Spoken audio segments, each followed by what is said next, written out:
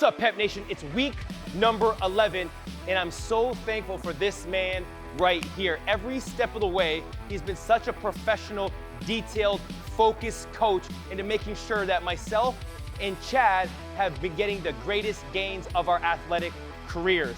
Now, with that being said, we are on our French contrast phase. Now, this is such a detailed program that really works on that force velocity curve, so we can really make sure our speed, our power, our explosiveness is at the highest level that it's ever been. So without a doubt, I can't wait for you guys to get your game to that next level. Let's go.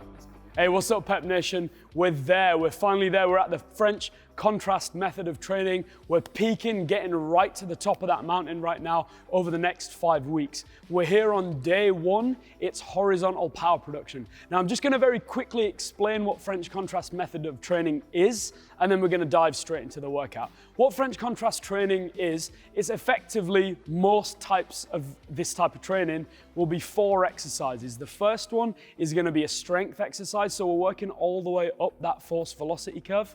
The second exercise is categorized by what's called a slow stretch shortening cycle exercise. So what we want to think about is your standard power exercises, things like jumps, that kind of stuff.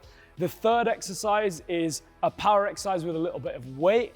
And the fourth exercise is something that either shortens ground contact time or is a fast stretch shortening cycle exercise. So what we're trying to think here is the highest velocity movements that you could possibly do. That's what you want to do for the fourth exercise. This has been shown to be great for peaking methods in terms of your training. So hopefully over the next 5 weeks, you guys are absolutely going to smash it in terms of your goals, and then get ready for whatever it is that you're preparing for with this program.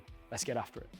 Hey guys, so today is our horizontal power production day. So we're really working on a little bit of speed, a little bit of power, working on acceleration, working on broad jump capacity, all of that good stuff in terms of the horizontal power production. So we started off with a little bit of activation. We did banded lateral side steps, followed by against the wall, banded hip hyperextensions, again, trying to get those hip flexors to fully extend while we contract that glute. After that, we did a little bit of foot activation because we are doing some sprint training today and acceleration work. So we just did a banded posterior tibialis activation, as you guys are seeing there. And finally, our last exercise was just something to make sure that the actual hip flexors are working. So a lot of people, when they're trying to flex the hip, especially when they're sprinting, there's a little bit of spinal curvature surrounding that lumbar spine, and you're not really getting full extension of the hip and contraction of the opposite side glute. So what we did here is we got Shea up against the wall, just really working on maintaining a nice tight core while those hips are actually doing the work to flex that hip there. All right guys, after our activation and a little bit of dynamic mobility, we went straight into our wall training series just to really get into the right mechanics for those sprints. So we started off with a single leg wall piston step. So all that you're doing is just really trying to drive hard into the ground. We went then straight to a single leg wall pull through, again trying to get those hips working fast, firing fast, so that we can drive through each phase of those acceleration steps. Then we went to a quick switch on the wall. So again, just trying to switch the feet as quickly as possible, fire the opposite hip and opposite glute. And after that, we did a single leg wall pull through, straight into a piston step.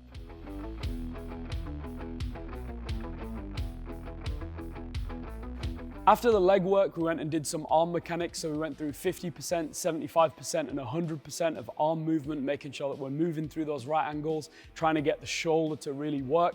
Again, just warming up the shoulder a little bit. After our mechanics, we went straight into just a little bit of ballistic work with a hip extension and step against the band resistance that you see there, just to try and really work on finishing through the foot.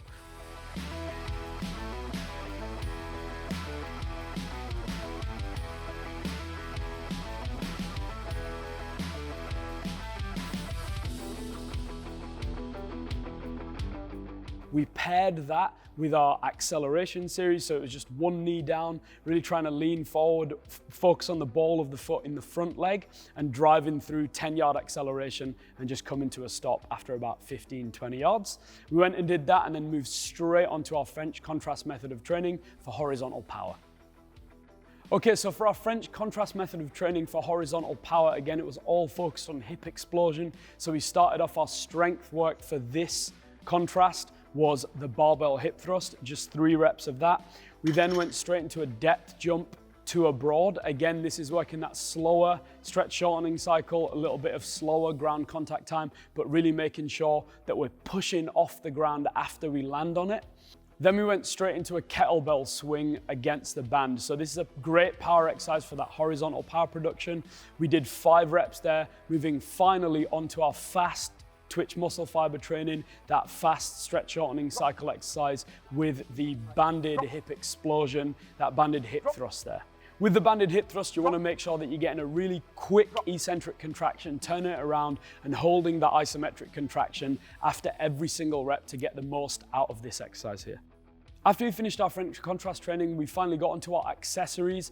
We're just working on that transverse plane movement with the cable rotation and pairing that again, trying to get the hip flexor, the hamstring glute complex on both sides to work synergistically with one another. We went and did a Swiss ball hamstring curl on the single leg with a hip flexion hold. All right guys, hope you enjoyed the first workout of the French contrast method peaking phase. We're in the final phase. Let's make sure we get after it every single workout. We're really trying to push that weight, really trying to push that speed, and let's get it going.